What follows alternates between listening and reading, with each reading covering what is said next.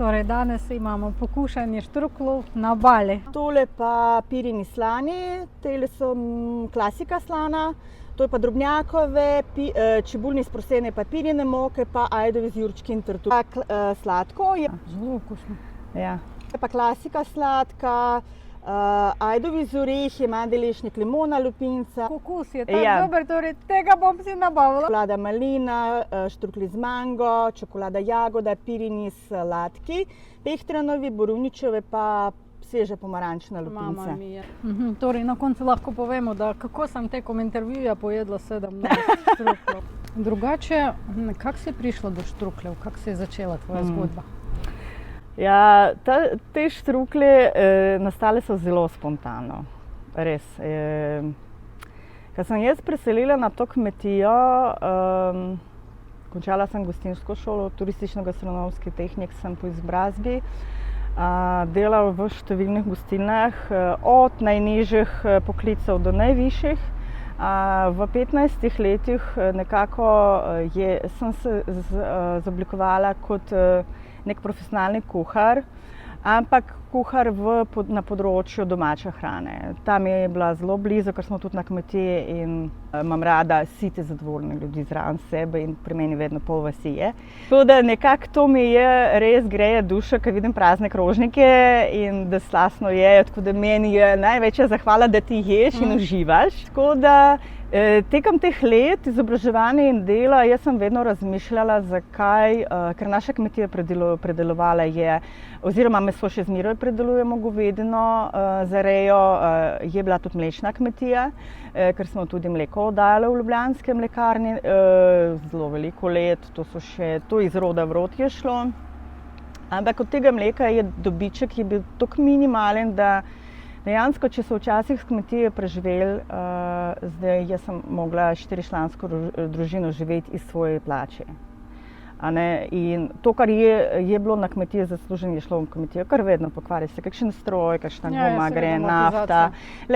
Živina ne vpraša, bo rodila za božiča, za novo leto ali po noči ali v dežju ali takrat, ko imaš, ne vem, gužvo. Pač takrat moraš, ker smo tudi teličke svoje porod smo sami sprejemali, tako da ni bilo toliko strojev, ko sem prišla sem.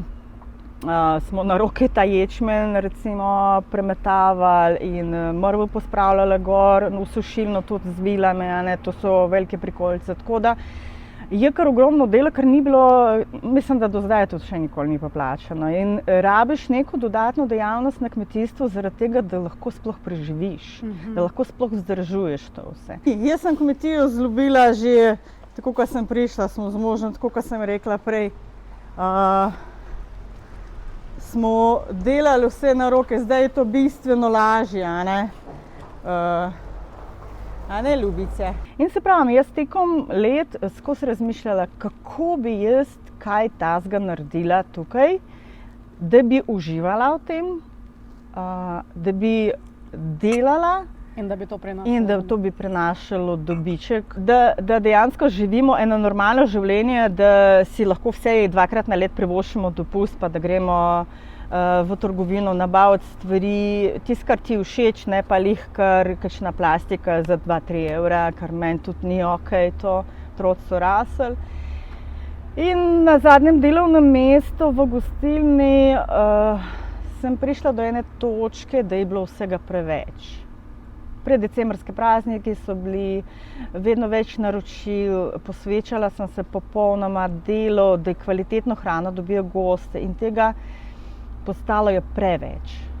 In sem v en trenutek pred pultom sem se ustavila in svoje pomočnice sem rekla: Vlasta, a nisem toliko sposobna, da ne bi nekaj svojega delala? Pa ona mi tako reče: kaj pa boš pa delala? In so pred mano bili štruklji, moji štruklji, ki jih delala.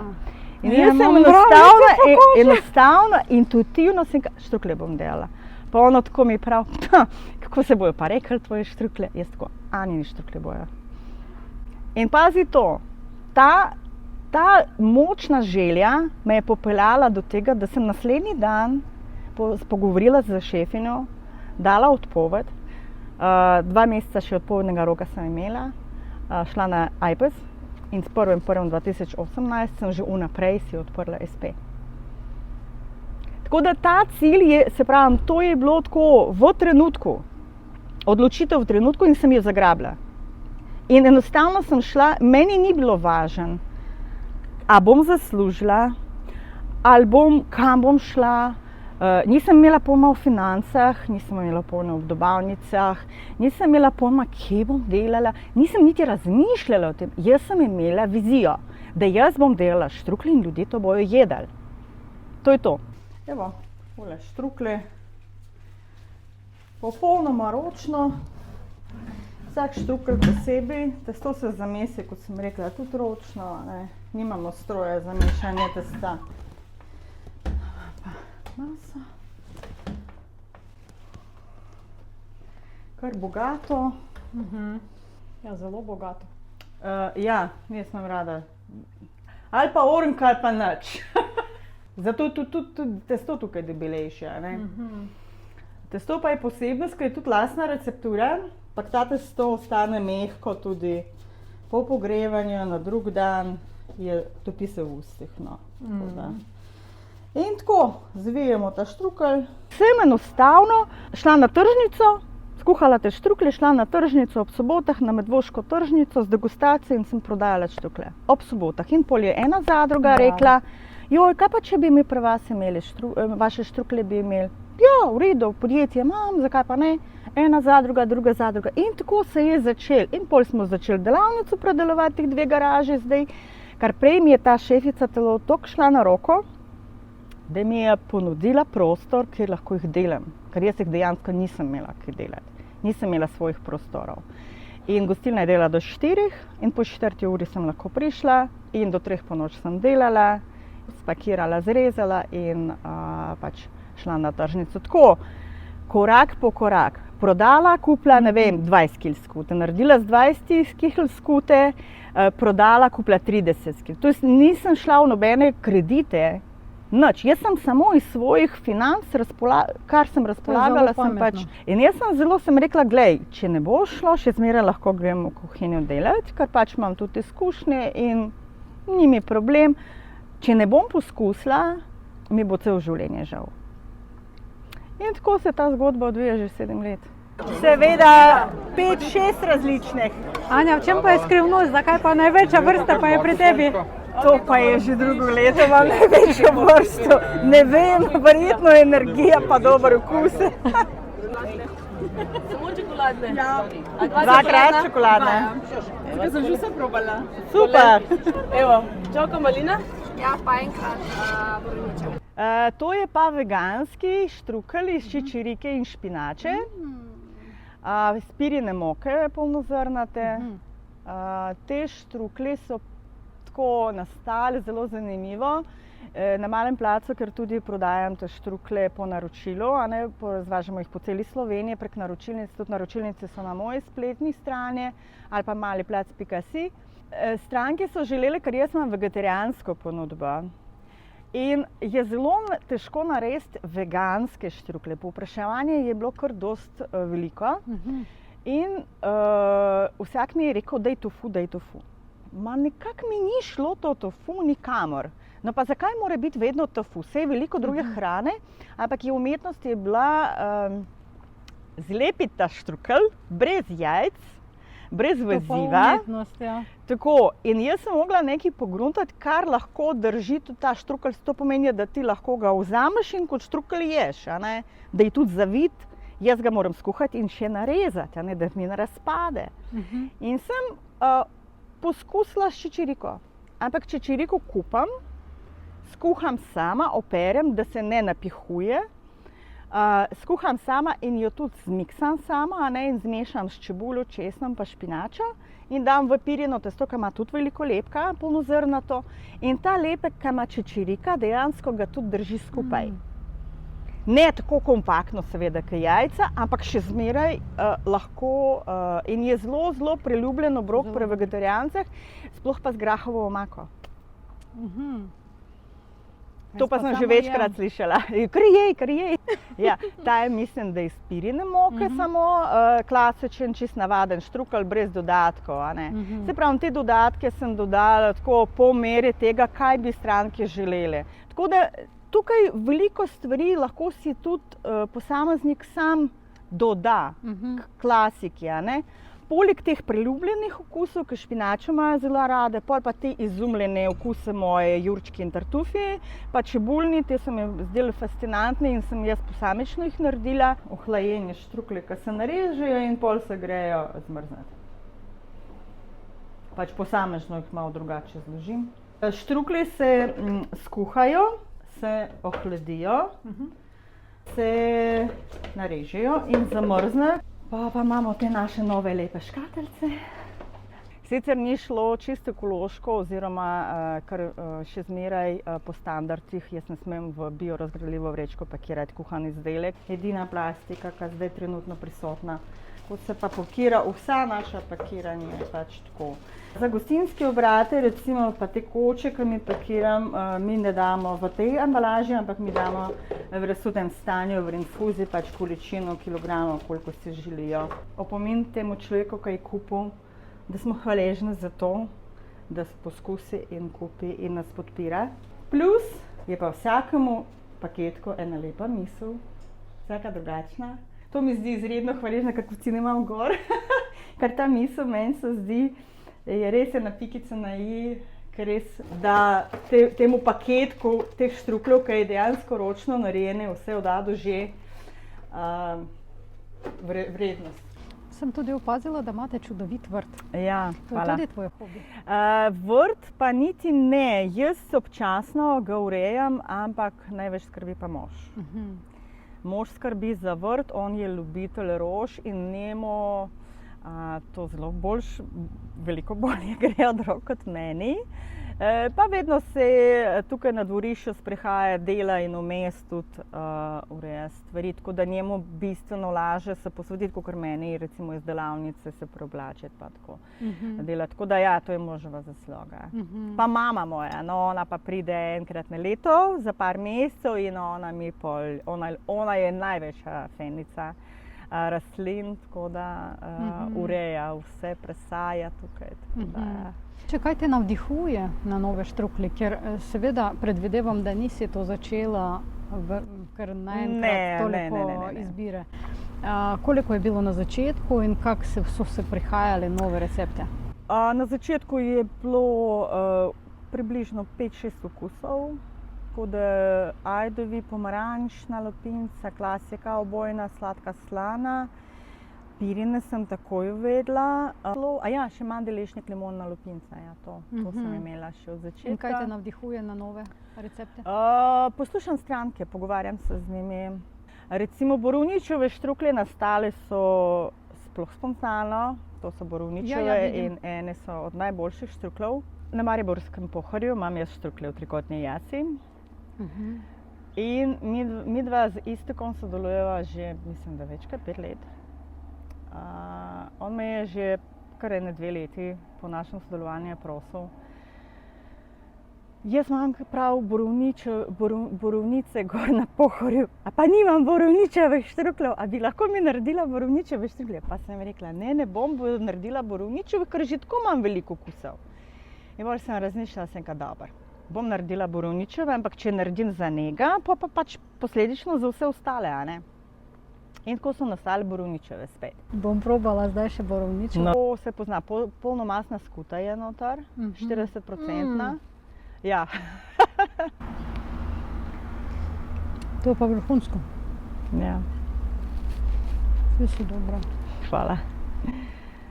To je dobro, da si izbrala neko nišo in točno z njo delaš. Ker občasno podjetniki pa to, jaz sem malo še to. Ja, da ustališ svojo osebno stališče na trgu, rabiš početi nekaj samo eno. Pač jaz sem na trgu recimo zelo dobro postavila svoje temeljne kot popolnoma domače, kvalitetna blagovna znamka. In na tem gradim naprej.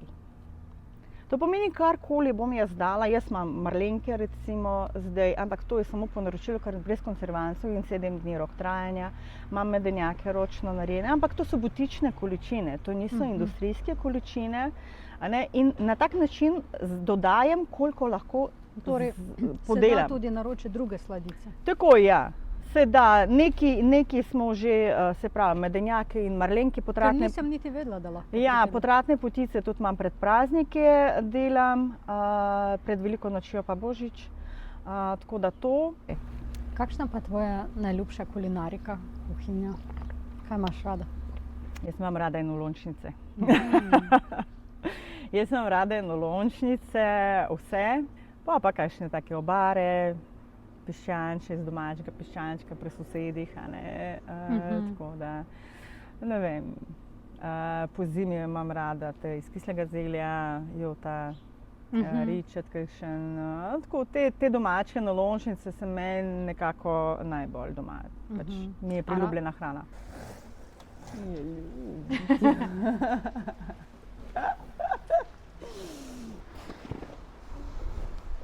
To pa so semenčke. Petna. A rada bereš? Ja, Kaj pa? berem pa večinoma psihologijo, pa ezoteriko. Tako da veliko poslužujem se teh energijskih, tudi jogo obiskujem. Zdaj sem na dopustu prebrala Celestinsko prerokbo in jo zelo priporočam, ker je taka fascinantna. To že drugič slišim. Ja, ta Celestina, no pa jo moraš prebrati. Vsaka knjiga odkrije nekaj novega, po eni strani to veš, po drugi ti potrjuje, da imaš prav. Kaj bi ti svetovala takim ljudem, ki ne verjamejo vase? Svetovala.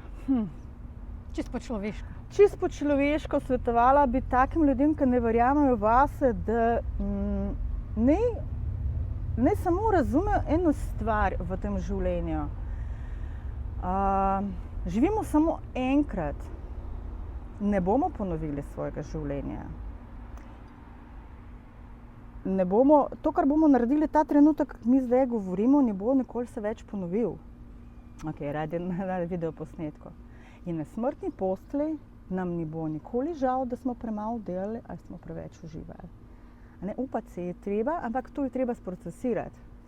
Pač narava največji pomočnik, kakšna delavnica tudi, da vse imaš mečken obzora, da začneš čutiti sebe, kdo si ti, kaj si ti. Nisi ti sužen od nobenega, ti si svoj gospodar. Ne upaš reči ali pa se ločiti ali pa ne vem, neko stvar odpreti. Vprašaj se, zakaj, kaj te točno breze, ker vsaka posledica ima svoj vzrok. In mi rešujemo kar posledice, simptome. Do vzroka nikoli ne pridemo, zakaj se do tega dogaja. Tako da, se pravim, ta proces je, ampak je že sam interes do tega, da lahko rešiš, je že skoraj zmaga. Zaradi tega, ker si sam pomislim, ja, jaz bi to rešil. Nikoli ni nobena stvar brez težav, ker to bi bilo nesmiselno, da vsi živeli v raju, vse imeli, je pa. Meni je zelo všeč tvoj stil. Kaj bi svetovala ljudem, ki bi tudi radi se izrazili, ampak mogoče so malo sramežljivi? Kaj nam to pomeni mnenje drugega? Enostavno vprašanje, Kaj mi pomeni, kaj bom imel od tega? To je dobro vprašanje. Kaj mi pomeni mnenje drugega človeka? Kaj mi pomeni človeka? to? Ja, mi nikoli se ne vprašamo. Neki stereotipe, kar ni. Jaz sem taka, kot sem. To je tako avtentično. Tako, ja, to mi zdi, da največ vreden. Moj mož je najbolj avtentični človek na tem svetu. A res? Res. On poje, če on hoče, on vedno poje.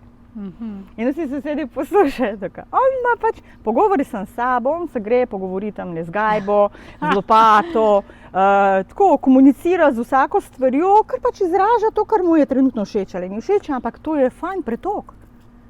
Ja, res je. On je skozi pogovarja se. Jaz sem prva leta nisem se mogla navaditi, enkrat, da imam prisluhe, on skozi neki Kaj se ti zdi? Ja, in zdaj vidim, da to je njegovo, to je tak je. On se skozi med pogovorom s kakršnokoli stvar, s pesmijo, z vsem, on to pač se izraža. Vi imate zelo ljubečno družino in to je Ja. prijetno gledati. Mogoče poveš malo, če to ni privatno vprašanje, kakšna je skrivnost za to, da zgradimo tako družino? To je ljubezen, ampak ljubezen ne v smislu zatrepanosti. Zaupanje. A ne, ta del zaupanja, da mi brez besed vemo, da bomo en drugemu stali ob strani vedno. A ne? In to zaupanje se gradi, mislim, da od začetka mora že biti. A ne? Zgradi se ga tudi kasneje, lahko, sam se pravim, tle je veliko vidika stereotipov pa tako naprej, kaj si ti meni, kaj sem jaz tebe. Ne rabiš ti za mene, to je že bilo. Veliko ljudi ponavlja to, mi z možem ne, mi dva se skregava, mi dva se večkrat skregava, se fajn skregava, ampak mi dva čez 5 minut normalno pogovarjava. To pa je super. A ne? Mi dva poveva ven, kar mi je všeč, on itak ve, da jaz preveč govorim, kao on je veliko manj govori, kot jaz. Ker on sam s sabo že pogovoril. Tako, on sam samo že pogovorim. On mene pa vedno prav, no zdaj povej, kar imaš za povedati, pa bomo pogovarjali. Ja, torej ljubezen, zaupanje. Zaupanje. Učim otroke, moj namen, jaz sem vedno pravila tako, meni ni važno, kakšne ocene imajo v šoli.